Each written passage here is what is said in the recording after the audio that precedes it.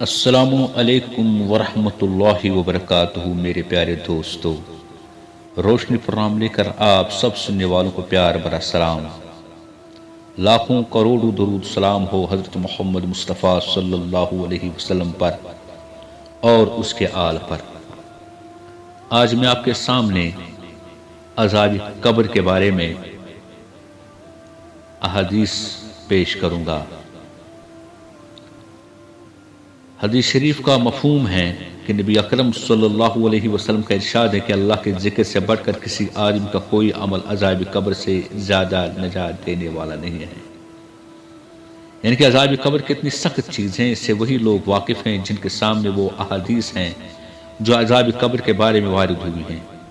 حضرت عثمان رضی اللہ تعالیٰ عنہ جب کسی قبر پر تشریف لے جاتے تو اس قدر روتے کہ داڑھی مبارک تر ہو جاتی۔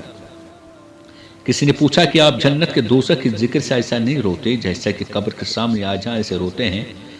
آپ نے ارشاد فرمایا کہ قبر آخرت کی منزلوں میں سب سے پہلی منزل ہے۔ جو شخص اس سے نجات پالے بعد کی سب منزلیں اس پر سہل ہو جاتی ہیں، اور جو اس سے نجات نہ پائے بعد کی منزلیں دشواری ہوتی جاتی ہیں۔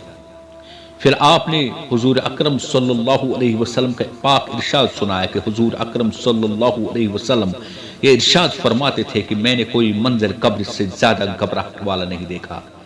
حضرت عائشہ رضی اللہ تعالیٰ عنہا ارشاد فرماتی ہے کہ حضور اقدس صلی اللہ علیہ وسلم ہر نماز کے بعد عذاب قبر سے پناہ مانگتے تھے۔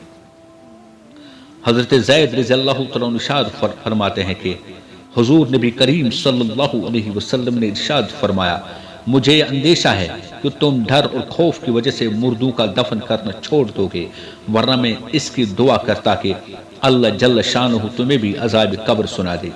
آدمیوں اور جنات کے سوا اور جاندار عذاب قبر کو سنتا ہے۔ ایک حدیث میں آیا کہ نبی اکرم صلی اللہ علیہ وسلم ایک مرتبہ سفر میں تشریف لے جا رہے تھے کہ حضور صلی اللہ علیہ وسلم کی اونٹنی بدکنے لگی۔ کسی نے پوچھا حضور اقدس صلی اللہ علیہ وسلم اونٹنی کو کیا ہوا؟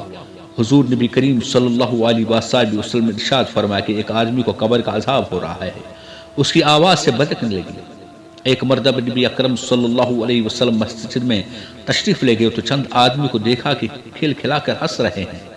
حضور نبی کریم صلی اللہ علیہ وسلم نے ارشاد فرمایا کہ اگر موت کو اکثر یاد کیا کرو تو یہ بات نہ ہو، کوئی دن قبر پر ایسا نہیں گزرتا جس میں وہ یہ اعلان نہیں کرتی کہ میں غربت کا گھر ہوں، تنہائی کا گھر ہوں، کیڑوں اور مکوڑوں اور جانوروں کا گھر ہوں۔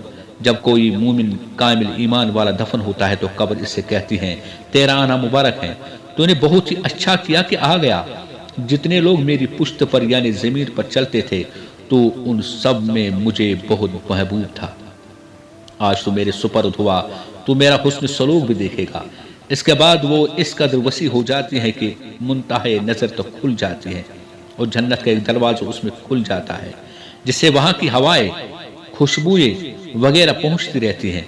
اور جب کافر یا فاجر دفن کیا جاتا ہے تو قبر کہتی ہے کہ تیرا آنا منحوس اور نامبارک ہے، کیا ضرورت تھی تیرے آنے کی؟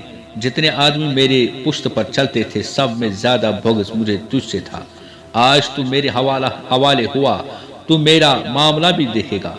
اس کے بعد اس کو اس قدر زور سے بدن کو دباتی ہیں کہ پسلیاں ایک دوسرے میں گھس جاتی ہیں، جس طرح ہاتھ میں ہاتھ ڈالنے سے انگلیاں ایک دوسرے میں گھس جاتی ہیں۔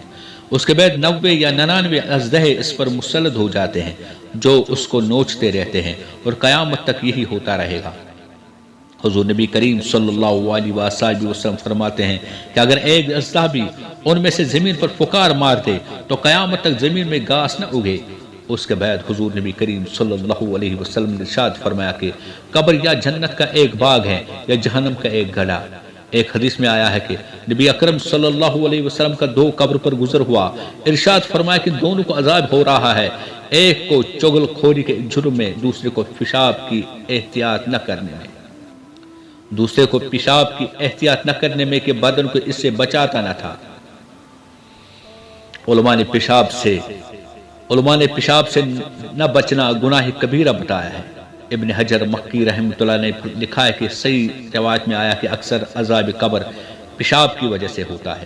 ایک حدیث میں آیا ہے کہ قبر میں سب سے پہلے مطالبہ پیشاب کا ہوتا ہے، بالجملہ عذاب قبر نہایت سخت چیز ہے، اور جیسا کہ اس کے ہونے میں بعض گناہوں کا خاص دخل ہے، اسی طرح اس سے بچنے میں بھی بعض عبادات کو خصوصی شرافت حاصل ہے۔ چنانچہ متعدد احادیث میں واضح ہے کہ سورہ تبارک الذی کا ہر رات کو پڑھتے رہنا عذاب قبر سے نجات کا سبب ہے، اور ذکر اذکار بھی اس کا سبب ہے کہ جس سے ایک مومن، ایک مسلمان عذاب قبر سے بچتا ہے، اور عذاب جہنم سے بھی حفاظت کا سبب ہے۔ اور اللہ کے ذکر کے بارے میں تو پہلے ہی ہم نے ذکر کیا ہے۔ اللہ تعالی ہمیں عذاب قبر سے بچائے، اللہ تعالی ہمیں قبر جنت کے باغوں میں سے ایک باغ عنایت فرمائے۔ آپ سے انشاءاللہ الرحمن پھر ملاقات ہوگی۔ چلتے چلتے یہی عرض کروں گا کہ چینل کو سبسکرائب کیجئے اور ایک دوسرے تک شیئر کیجئے، پسند آئے لائک کیجئے۔ تب تک کے لیے السلام علیکم ورحمۃ اللہ وبرکاتہ۔